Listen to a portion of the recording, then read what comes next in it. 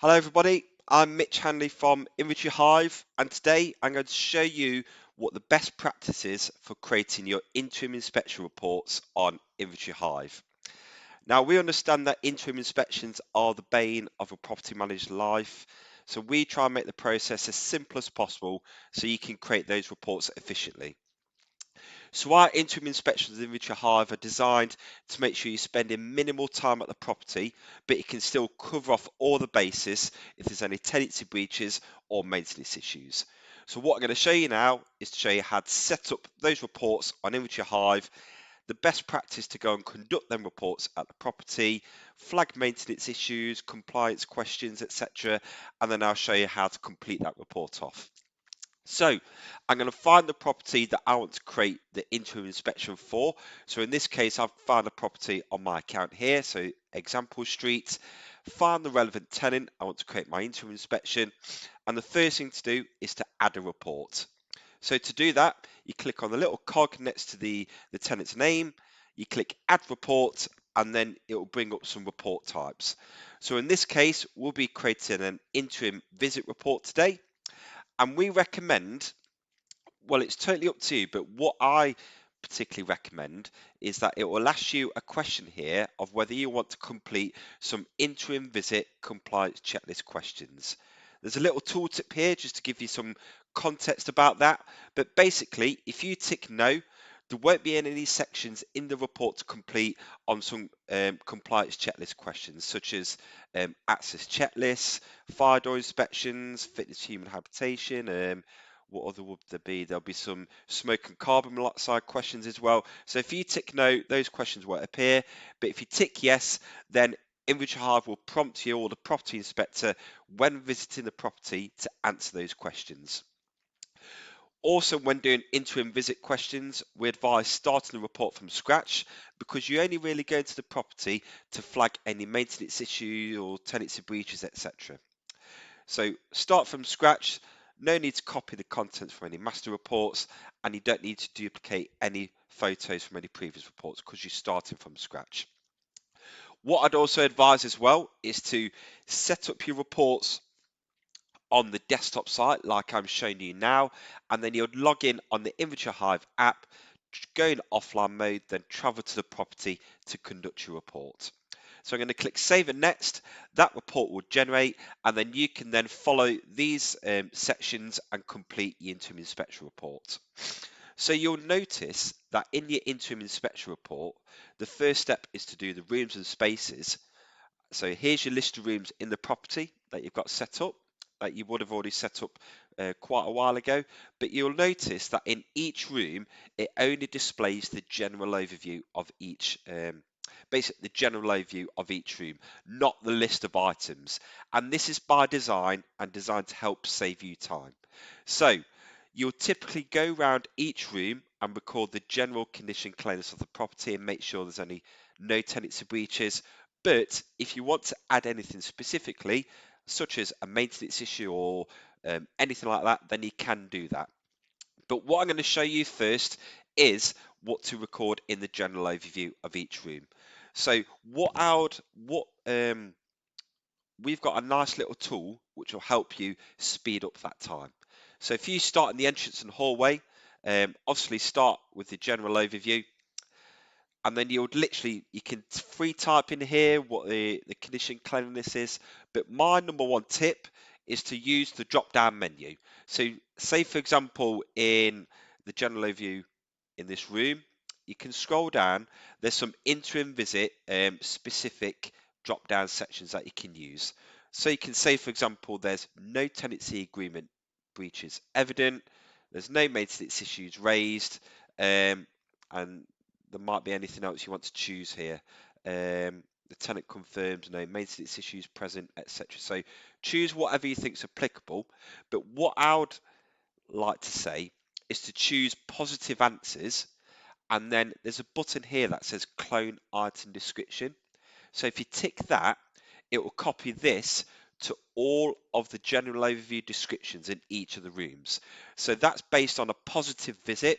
All of the rooms in the property, there's no tenancy breaches evident and there's no maintenance issues raised. So you can copy that over to every room But what you can do is if you do find a maintenance issue in another room, you just delete that out and you can add that item in, which I'll show you in a second.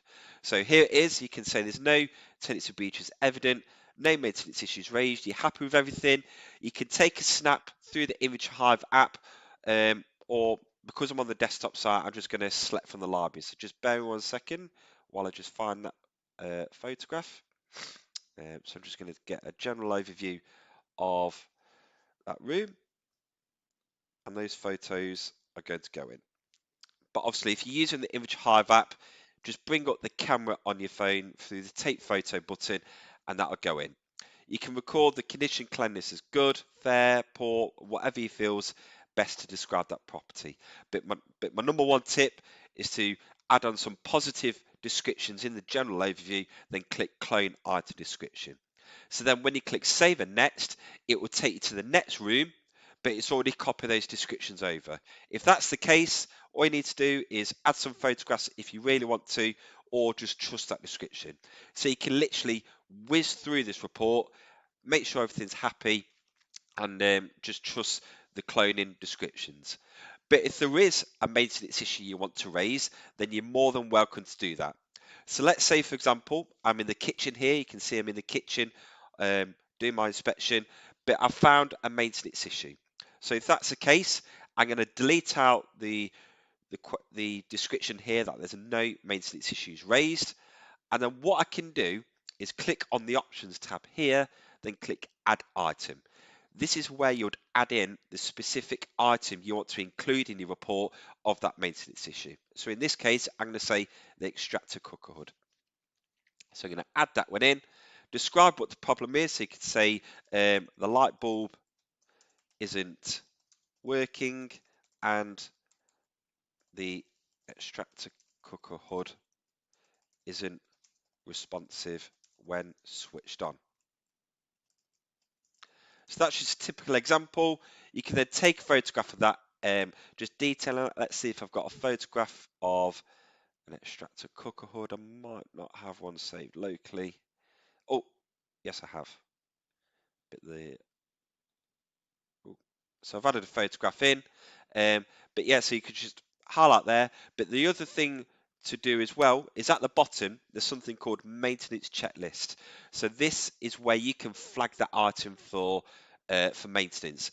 When you flag items for maintenance, if you've got an integration with FixFlow, that can get sent to your FixFlow account. Alternatively, this maintenance issue will also get flagged on the front cover of your interim inspection report. So when it's completed, you can see that at a glance, but also it will send it to the maintenance action set, maintenance section on your Image Hive account.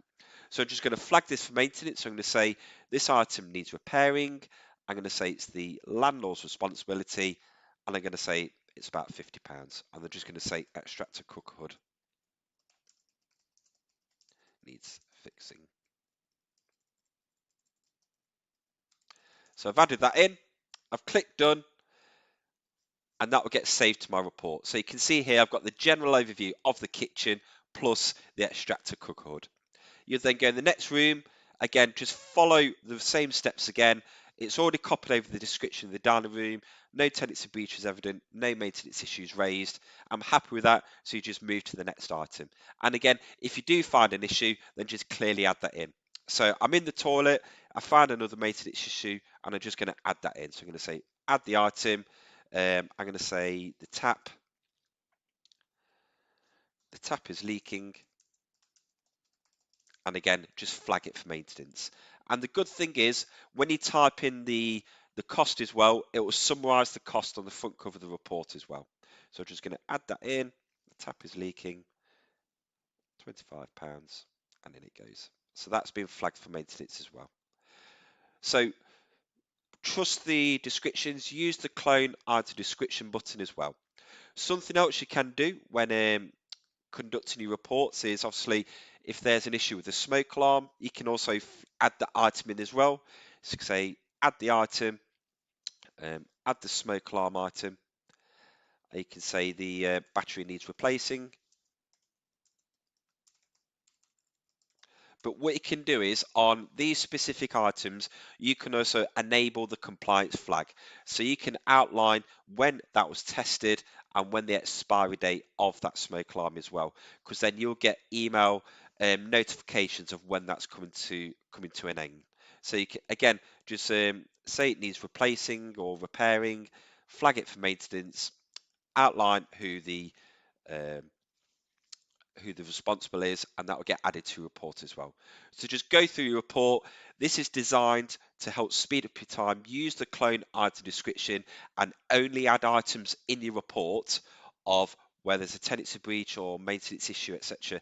And you ought to specifically record that. So I'm just going to whiz through this and say I've inspected all of the rooms and click done. And the next thing to do is some report notes. So you can add in some report notes on the front cover if you really want to, and add in the landlord's name if you want to do that as well. So you're more than welcome to do those steps.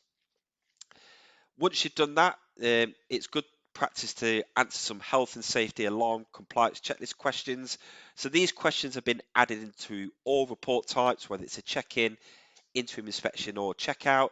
And this is from the legislation that started, I think it was the 1st of October 2022. So do go through those. If you want some more context on these questions, then just click on these tooltips. So if you don't want to include the questions in the report, just make sure not applicable is ticked, so that won't get added to your report. But if you want to answer them in, add them in your report, just click yes or no, and you can also add in some photos as well through the app as well, or from the library. It's totally up to you. So I've done some health and safety alarm questions. You might want to answer some fire door compliance questions as well, but bear in mind these are only typical or typically answered on fire where the property has got fire doors, and they should be typically present in buildings with 2 or more domestic premises and common parts where residents will pass through when evacuating during a fire. So if you don't want to include these questions, just tick no. But if you do, again, just tick yes and answer the questions accordingly. So I'm just going to whiz through these. Again, if you don't want to include these questions, just tick not applicable and add the following photographs as well if you want to. Once I've done that, the next step is what I'd personally do is to, before jumping to the signatures and approval section, just answer some access checklist questions, some tenancy related issues, etc. So you can whiz through these as well. And again, this is designed to speed up reporting time because we've already pre-populated these answers in a positive manner. So it will ask you if 24 hours notice was given to the tenant, was the tenant present during the inspection? You can tick yes, no, not applicable. So just answer these questions and whiz through them accordingly. So the good thing about these questions is that they should cover all the bases. It will cover stuff like if there's any evidence of smoking, subletting or pets, etc. And because they're already set as a positive answer, you can just glance through these, make sure they're all happy and click save and next and just whiz through these questions. The good thing about these questions is that they'll get embedded in your report straight away, and it just makes it look nice and neat as well. So just whiz through these, answer the questions, have a glance over, and again, use these tool tips as well just to get some context of the questions. The last thing to do is to have a look at some recommended for actions, like anything that needs immediate attention or requiring less immediate attention. So you can put in here, look at the maintenance issues raised.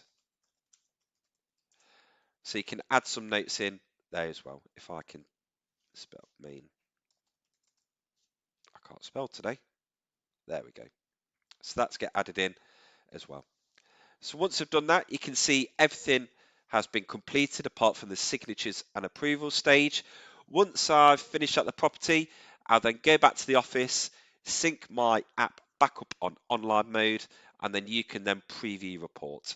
So before I preview the report, I'm just going to do the signatures and approval section.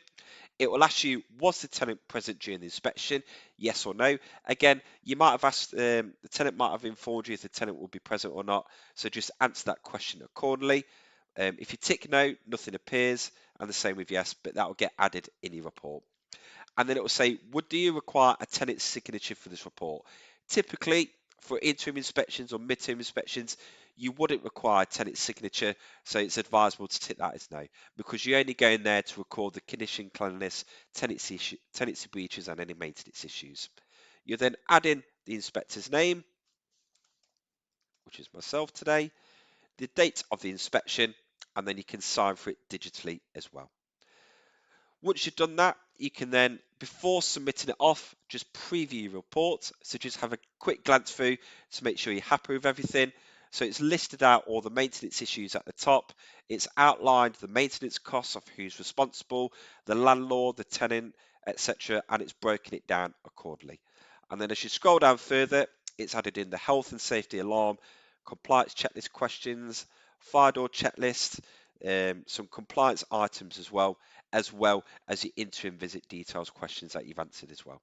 So have a look through these, and then you'll also see as well the general overview has been cloned over to all of the rooms, as well as the additional items you've added in your report.